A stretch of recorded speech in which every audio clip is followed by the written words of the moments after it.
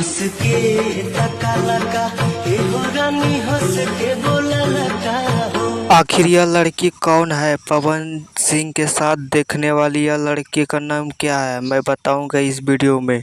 हाँ तो दोस्तों, यह लड़की पवन सिंह का एक स्टेज शो में गया था, वहीं से एक गाना गाकर डांस किया था और पवन सिंह को बहुत ज़्यादा इसका डांस पसंद आया और पवन सिंह इससे शादी करने वाला था, लेकिन बोला भाई हमारा जात का नहीं है तो हम शादी नहीं कर सकते थे। ये इस वाला वीडियो में खुद बोला था, देख सकते हो। देना ना देना भर नहीं पसेना हुए हाल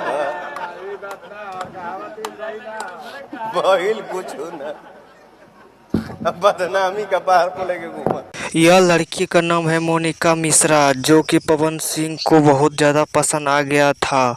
हाँ तो दोस्तों, आप लोग को क्या लगता है पवन सिंह कितना शादी करेगा? भाई ऑलरेडी 2 शादी किया हुआ था, लेकिन बाद में बोल रहा था पवन सिंह कि मैं अपना जात का नहीं है, तो भाई कैसे हो सकता है?